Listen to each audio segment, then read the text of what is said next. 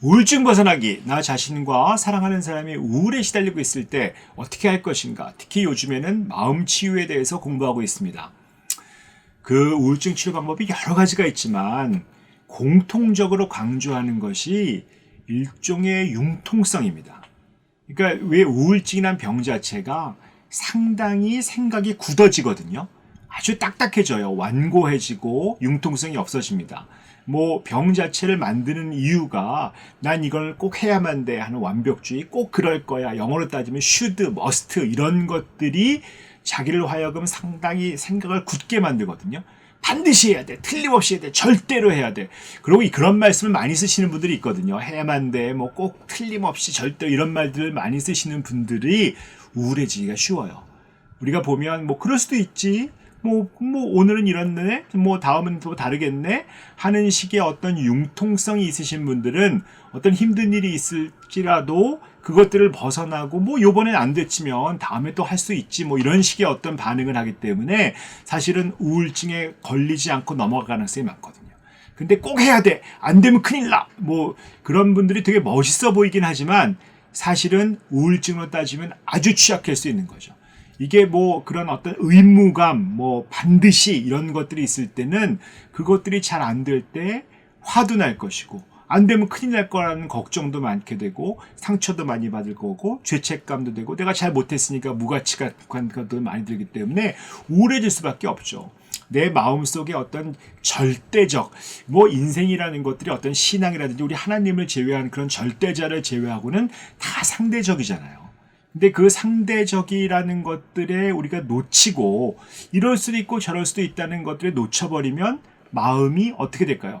어떤 절대적인 인간이 절대자가 아니거든요. 그런데도 절대적인 거예요. 이건 뭐 맛있는 거 아니면 틀린 거, 뭐 선대 악, 빛 대 어두움 이런 식으로 돼버린단 말이죠. 그래서 어떤 절대의 싸움터가 된다는 거죠. 세상을 보더라도 전쟁을 하듯이 볼 수밖에 없는 거거든요. 그렇게 되면 결국은 내가 이 삶에서 내가 생각하는 대로 살고 있지 않는 한은 이 해야만 돼 반드시 그럴 거야 틀림없이 절대로의 어떤 상처가 사람을 우울하게 만들 수밖에 없는 거죠.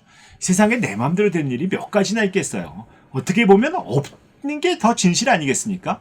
그런데 이렇게 해야만 돼라고 한다고 하면 결국은 우울해질 수밖에 없는 거죠.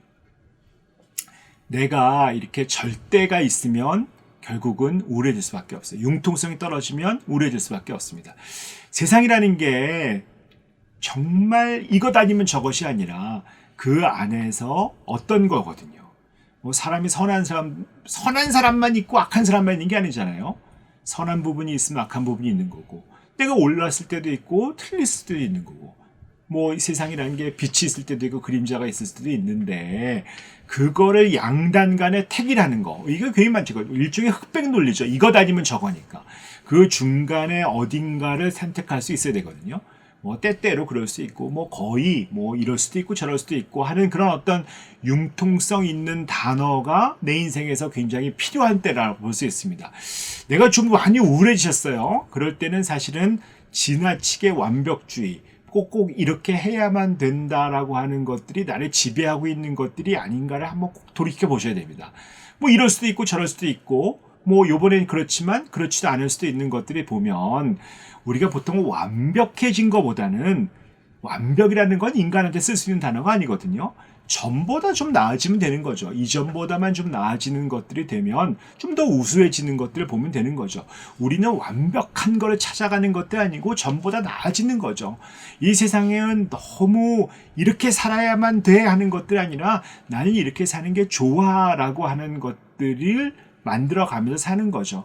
나는 이런 것들을 꼭 해야만 돼 라고 하는 것보다는 나는 이런 것들을 하고 싶어 이런 말을 쓰면 되거든요.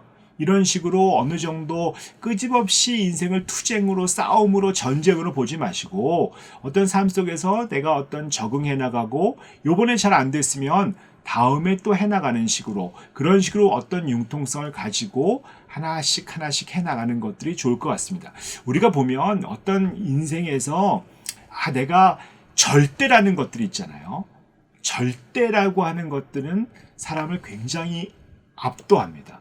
절대라고 하는 거는 절대자 하나님한테만 쓰세요. 사람한테는 너무 이것들을 절대라고 쓰는 것들은 뭐 인간이 상대적 존재인데도 불구하고 절대라고 자꾸 얘기하는 거는 일종의 과장이죠. 이 과장이라는 게 뭘까요? 지나치다는 거잖아요. 이 지나치게 자기를 힘들게 만드는 방법이에요. 내가 이렇게 해야만 돼, 이렇게 하는 것들이 문제야 하는 것들 그런 식으로 가면 너무 부담스러워집니다. 이렇게 한번 과장하게 나면 뭐 정말 나의 생각도 지나치게 되고, 왜 과장이라는 게 지나칠 과자잖아요. 감정도 지나치게 돼요. 어떤 사람이 나한테 뭐 안 좋은 소리 했어. 그러면 그 지나치게 그 사람에 대해서 반응하게 되는 거고, 그다음에 내가 좀 기가 죽었으면 나의 기가 죽은 감정에 대해서 지나치게 또 반응하는 거죠.